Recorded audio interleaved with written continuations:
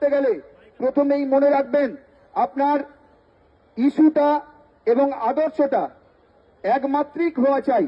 আপনি এটা মনে রাখবেন, যারা বলছেন সিপিএম এর দোষ, বিজেপির দোষ, বিকাশ ভট্টাচার্যের দোষ, সঞ্জীব খান্নার দোষ, আপনি এটা জেনে রাখুন তারা আপনার আন্দোলনকে ডিমোটিভেট করার চেষ্টা করছে, ডিকনসেন্ট্রেট করার চেষ্টা করছে। এই চাকরি যাওয়ার পেছনে আর কারোর দোষ নেই। পশ্চিমবঙ্গ সরকারের প্রাতিষ্ঠানিক দুর্নীতি এই চাকরি যাওয়ার পিছনে দায়ী। আজকে এই জায়গায় আমার চাকরি হারায়নি, কিন্তু আমি এসেছি। আমি শুধু যোগ্যদের হয়ে কথা বলতে আসিনি, আমি অযোগ্য এবং দুর্নীতিবাজদের বিরুদ্ধে কথা বলতে এসেছি। কারণ এই দুর্নীতির জন্যই আপনাদের চাকরি গেছে। আজকের এই মামলা যখন সিঙ্গেল বেঞ্চে ছিল, জাস্টিস অভিজিৎ গাঙ্গুলির বেঞ্চে, তখন তো তিনি একটা রায় দিয়েছিলেন এবং তিনি একটা সেগ্রিগেশন করেছিলেন। তিনি একটা নাম্বার অফ ক্যান্ডিডেটসকে তিনি বলেছিলেন যে এরা ভিসিয়েটেড, এরা অসৎ পথে চাকরি পেয়েছে। আপনি মেনে নিলেন না কেন? আপনি তো জানতেন সত্যি সত্যি ওরা অসৎ পথে চাকরি পেয়েছে, তাহলে বাকি যোগ্যগুলো তো বেঁচে যেত। আপনি ডিভিশন বেঞ্চ করলেন, ডিভিশন বেঞ্চ থেকে সুপ্রিম কোর্ট, সুপ্রিম কোর্ট থেকে আবার ফেরত হলো স্পেশাল বেঞ্চে। সেই স্পেশাল বেঞ্চে পুরো প্যানেলটা বাতিল হয়ে গেল, সেটাকেও আপনি চ্যালেঞ্জ করে গেলেন সুপ্রিম কোর্টে, এবং সেখানে যা হওয়ার ছিল তাই হলো, কারণ আপনারা সাফিসিয়েন্ট প্রমাণ দিতে পারেননি। আমি ব্যক্তিগতভাবে এই মামলায় চোখ রেখে এটা বুঝেছি, আপনাদের আগে 2015 সালের যাদের এসএসসি হয়েছিল তাদের মিরর ইমেজ যদি এখানে থাকতে পারে, আপনাদেরটা আছে, হয়তো এখানে নেই, কারোর বাড়িতে আছে। আপনারা ইমেল দিয়ে এটাকে প্রকাশ করুন, নিশ্চয়ই কারোর বাড়িতে কেউ গুছিয়ে রেখেছেন। আপনারা জানতেন 6000 লোকের চাকরি গেলে, বাকি লোকের চাকরি থাকলে সেই 6000 লোক আপনাদের পিঠের চামড়া তুলে দেবে। সেই জন্য আপনারা সবার চাকরি খেয়েছেন। আপনাদেরকে আমরা ছাড়ব না। আপনারা ভাববেন না যাদের চাকরি গেছে তারাই শুধু এখানে বসে আছেন।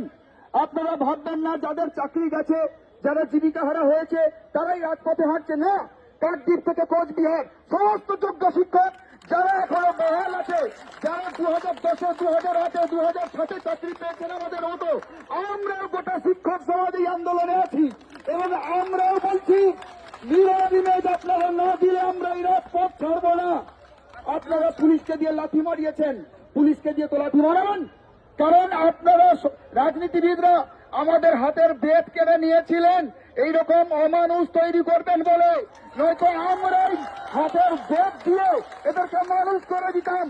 আমাদের হাতের বেত আপনারা তুলে নিয়েছেন, সমাজ গোটা অমানুষে ভরে গেছে।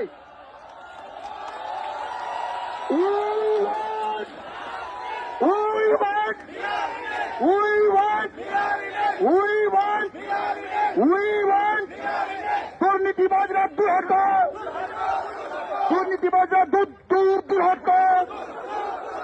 এসএসসি মিরর ইমেজ তোমায় প্রকাশ করতে হবে, এসএসসি মিরর ইমেজ তোমায় প্রকাশ করতে হবে, মিরর ইমেজ প্রকাশ করতে হবে, নইলে গদি থাকতে হবে। দুর্নীতিবাজরা দূর হতো, চাকরি খোররা দূর হতো, অযোগ্য নেতা মন্ত্রীরা দূর হতো। এসএসসি চেয়ারম্যান আপনাকে মিরর ইমেজ প্রকাশ করতে হবে। অবস্থান মঞ্চ আমরা ছাড়ছি না, অবস্থান মঞ্চ আমরা ছাড়ছি না, অবস্থান মঞ্চ আমরা ছাড়ছি না। মনে রাখবেন, এই অবস্থানে গোটা পশ্চিমবঙ্গের শুভবুদ্ধি সম্পন্ন মানুষ আপনাদের পাশে আছে, আমরা আছি, ডাক্তাররা আছেন এবং সরকার। এটা ভুলবেন না, এটা শুধু শিক্ষক এই প্রফেশনের ক্ষেত্রেই অবিচারটা হলো বলে আপনি এতক্ষণ চেয়ারে বসে আছেন। অন্য একটা প্রফেশনের ক্ষেত্রে করে দেখুন, আপনাকে চেয়ার থেকে নামিয়ে দেবে কেন? আপনি সুপ্রিম কোর্টের ভার্ডিক্ট আসার পরে আপনি অভিনয় করলেন, 2 ঘন্টার মধ্যে সাংবাদিক সম্মেলন করে আপনি বলছেন যে ডিপ্রাইভ টিচার্স অ্যাসোসিয়েশন নামে একটি টিচার্স অ্যাসোসিয়েশন খোলা হয়েছে, তারা আমাকে নেতাজি ইন্ডোর স্টেডিয়ামে ইনভাইট করেছে। আরে কখন সেই টিচার্স অ্যাসোসিয়েশন খোলা হলো? কখন আপনাকে ইনভাইট করলো? আপনি বলতে পারতেন বিনয়ের সঙ্গে আমি কথা বলবো, আপনারা আসুন। আপনি উদ্ভট ভঙ্গিতে কি বললেন? ওরা আমাকে ডেকেছে, কেউ আপনাকে ডাকেনি, এ সবই আপনার ব্যবস্থা, কেউ আপনাকে ডাকেনি। আপনারা আমাদেরকে বোকা ভেবেছেন। আমরা শিক্ষকতা করি, আমরা বুদ্ধিজীবী মানুষ, ইন্টেলেক্ট নিয়ে আমাদের কাজ কারবার। ভেবে রাখুন, এই অব্যবস্থা এই অবিচার, এই দুর্নীতির সঙ্গে সঙ্গে এই সরকারের প্রস্থান শুরু হয়ে গেছে, যাওয়ার কাউন্টডাউন শুরু হয়ে গেছে। খেয়াল রাখবেন, আমরা এই রাস্তা থেকে কিন্তু উঠছি না। ধন্যবাদ।